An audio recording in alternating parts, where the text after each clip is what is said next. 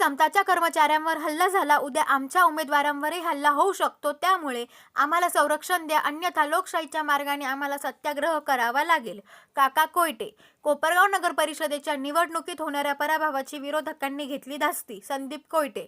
कोपरगाव तालुक्यातील वारी येथील रहिवासी असलेले समता पतसंस्थेचे कर्मचारी सकाळी वारीवरून कोपरगावकडे येत असताना कोपरगाव शहरातील बेट नाक्याजवळ विरोधी गटाच्या 4 ते 5 कार्यकर्त्यांनी त्यांच्यावर हल्ला केला. या झालेल्या हल्ल्याच्या निषेधार्थ राष्ट्रवादी काँग्रेस पार्टी व समता पतसंस्थेच्या वतीने कोपरगाव शहर पोलीस स्टेशनला निवेदन देण्यात आले. यावेळी संदीप कोयटे म्हणाले की समता पतसंस्थेबाबत चुकीची माहिती सोशल मीडियाच्या माध्यमातून पसरविण्यात आली. आता तर समताच्या कर्मचाऱ्यांना जीवघेणी मारहाण करण्यात आली, त्यामुळे नगर परिषदेच्या निवडणुकीत होणाऱ्या पराभवाची विरोधकांनी धास्ती घेतली आहे असे दिसून येते. तसेच काका कोयटे म्हणाले की आज समताच्या कर्मचाऱ्यावर हल्ला झाला, उद्या आमच्या उमेदवारांवर हल्ला होऊ शकतो, त्यामुळे आम्हाला संरक्षण द्या, अन्यथा लोकशाहीच्या मार्गाने आम्हाला सत्याग्रह करावा लागेल.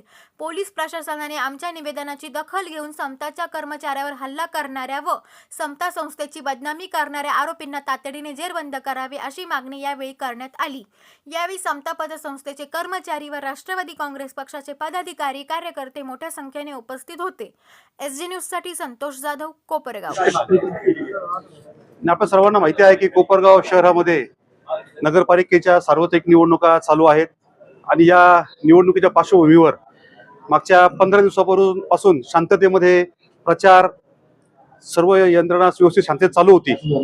परंतु काल 2 दिवसापासून विरोधकांना आपला पराभव दिसायला लागला, त्यामुळे त्यांनी वेगवेगळ्या नको त्या गोष्टी करायला सुरुवात केलेली आहे.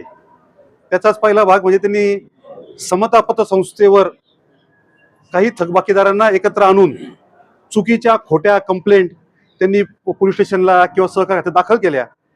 त्या दाखलपर्यंत करेपर्यंत काही अडचण नव्हती, परंतु त्याच्यानंतर सोशल मीडियावर विरोधकांनी काही ठराविक मोबाईल नंबरवरून समताच्या बाबतीमध्ये अपप्रचार करायचं काम चालू केलं, समताच्या ठेवीदारांना घाबरायचं काम चालू केलं, समताच्या ठेवीदारांना सगळ्यांना चुकीचे फोन लावून फोनवर समताचा अपप्रचार करायला सुरुवात केली. आणि याची तक्रार आम्ही पोलीस स्टेशनला दिली की काही ठराविक 1, 2 ते 3 नंबर आहेत, या 3 नंबरवरून समताच्या बाबतीमध्ये चुकीचे अपप्रचार समताच्या बाबतीतला हा पसरवला जातोय. ही अत्यंत खेदाची गोष्ट आहे. समताची चौकशी होणार असेल तर ती होईल, त्याला न्यायालय सक्षम आहे, त्याला कोर्ट कचेऱ्या सक्षम आहेत, सहकार खातं आहे, ते चौकशा करेल. परंतु त्याच्यापूर्वीच समताच्या नावाने नको त्या भाषेमध्ये अपप्रचार करायचं काम विरोधकांनी चालू केलेलं आहे. आणि त्याच्या बाबतीमध्ये आम्ही तक्रार पोलीस स्टेशनला 3 दिवसापूर्वी इथं अर्ज दाखल केलेला होता. आमची एकच पोलिसांना विनंती आहे की जे काय सकाळचा हल्ला झाला किंवा हे जे काय आमच्या बाबतीत अपप्रचार केला जातोय याचा शोध जर पोलिसांनी लावला नाही तर आम्हाला गावात फिरणं अवघड होईल. आम्हाला सगळ्यांना प्रचार बंद करून आम्हाला कार्यकर्त्यांसह पोलीस स्टेशनमध्ये बसावं लागेल, कारण की आम्हाला संरक्षण फक्त याच कंपाऊंडमध्ये मिळू शकतंय. आम्ही जर गावात फिरायला गेलो आमचं कुठे हमले होतील, आम्हाला नाईलाज असतो याच कंपाऊंडमध्ये बसून सगळं इलेक्शन पार पाडावं लागेल. यायचं आणि स्वतःच कंप्लेंट दाखल करायची म्हणजे त्यांच्यावर काही चित्र जाणार नाही. परंतु माझं परत तेच म्हणणं आहे, हे पब्लिक आहे, हे सब जानते, लोकांना कळून चुकलेलं आहे की सगळे काय प्रकार होत आहेत ते.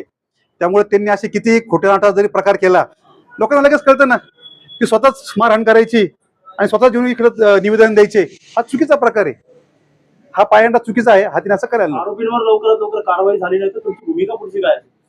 आरोपींवर जर कारवाई झाली नाही तर नाईलाज असतो, आम्हाला आमच्या स्वसंरक्षणार्थ याच कंपाऊंडमध्ये येऊन बसावं लागेल आणि आमचं संरक्षण करावं लागेल. कारण की आम्ही सगळे व्यापारी माणसं आहेत, आम्ही सगळे छोटे कार्यकर्ते आहोत. कुठे दहशतीने काम करायचे आमचं परंपरा नाही, आमच्या राष्ट्रवादी काँग्रेस पक्षावर तसे संस्कार पण नाही. त्यामुळे आम्हाला नाईलाज असतो, याच कंपाऊंडमध्ये बसून स्वतःचं रक्षण करावं लागेल. त्यामुळे आमची पोलिसांना विनंती आहे की गावातलं वातावरण सुरक्षित ठेवण्याच्या दृष्टीने तुम्ही सर्वांनी या जे आरोपी आहेत त्या आरोपींना लवकरात लवकर अटक करावी. कोपरगाव नगरपालिकेच्या नगराध्यक्ष पदाकरता आणि 30 नगरसेवकांच्या निवडीसाठी मतदान होणार आहे. ही लोकशाही प्रक्रिया आहे. ही लोकशाही प्रक्रिया विविध अडचणी आणून विरोधी पक्षांनी पुढे ढकलण्याचा प्रयत्न केला, पण न्यायालयाने आम्हाला न्याय दिला, न्यायदेवतेने आम्हाला न्याय दिला.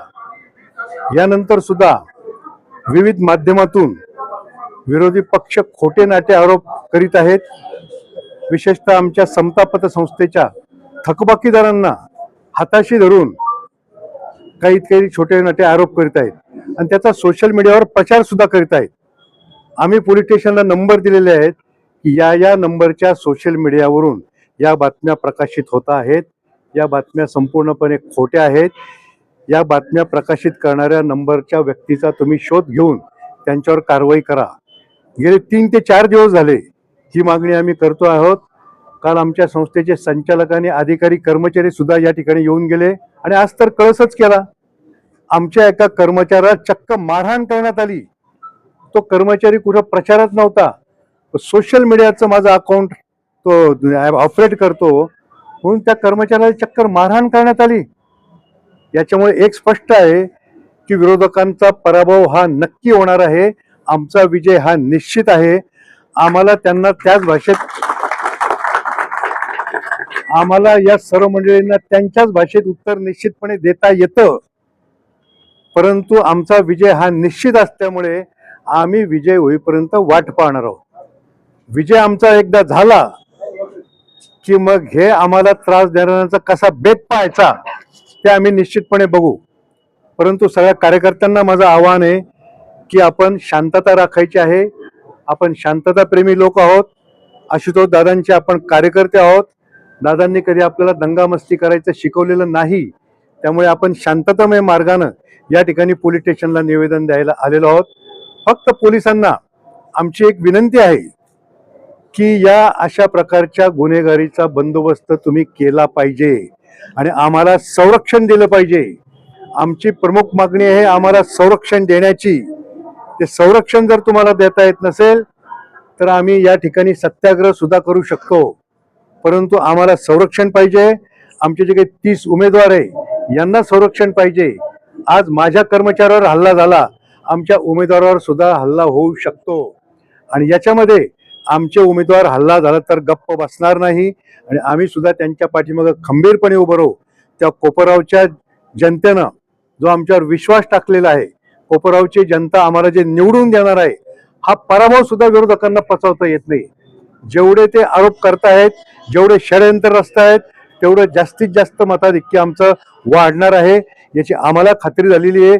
जनतेने सुद्धा तशा प्रकारचं ठरवलेलं आहे.